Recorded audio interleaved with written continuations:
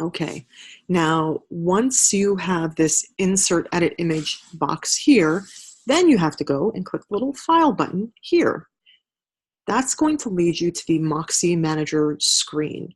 So an interesting thing about your Moxie Manager holds the files and images that you need to upload for your emails, for your meeting information. But all of these wonderful logos and images and everything you've done here, they only live in Moxie Manager. So let's say you want to take a sponsor logo from this part of the screen, like let's say Bialix Music logo right here. There's no way to lift that from here and populate that into the website itself, into that sponsor information section of the website. This lives here. You would have to upload a separate image into your photo gallery to be used for sponsor information. So that's the little bit of a kicker with the Moxie Manager is, this information is here and it's nowhere else. So now once you're in this part of the screen, if you're looking for a logo and you think that we might have the logo for a vendor, you can go ahead and click a search, and hopefully it's been labeled correctly. Sometimes these files don't get labeled correctly, and then good luck trying to find it. You have to scroll through hundreds of images. But again, on the left-hand side of the screen, you're going to click your upload button. You're going to take the files that you've downloaded from Canva, that you've downloaded onto your computer, and you're going to drag and drop them into this part of the screen. You're going to then see, I'm not going to do that right now, but you're going to see the name.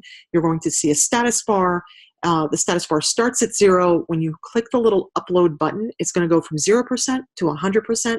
That's how you know that the image is now uploaded into the system. Sometimes it'll give you an error message, but it won't tell you what the error is. So you kind of just have to decrease the size, or do something, make it a different file. Maybe it just didn't like the JPEG. Maybe it wanted a GIF. I don't know. It gets a little fussy that way, and it's not very communicative as to why it's being fussy. But again, once you have the images that you want to upload here, you're going to hit close, and you have to remember what you've called the file.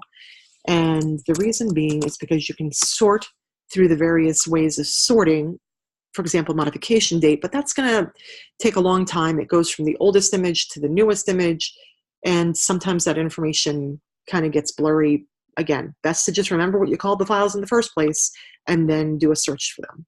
So as you can see here, I have the 2 images for the March meeting already uploaded into the system. Now these are images. They can't be affected. Much like a photo can't be affected. If you decide that later on you need to add a venue or vendor information, that's something you're going to have to go back into the design program of your choice, recreate the image, download that image, upload it back into Moxie Manager. You're going to have to do that whole process again. It's a pain, but I just find that that's less of a pain than doing it other ways. So now once you have the images up here that you want to see, you can only actually upload onto the meeting page one at a time.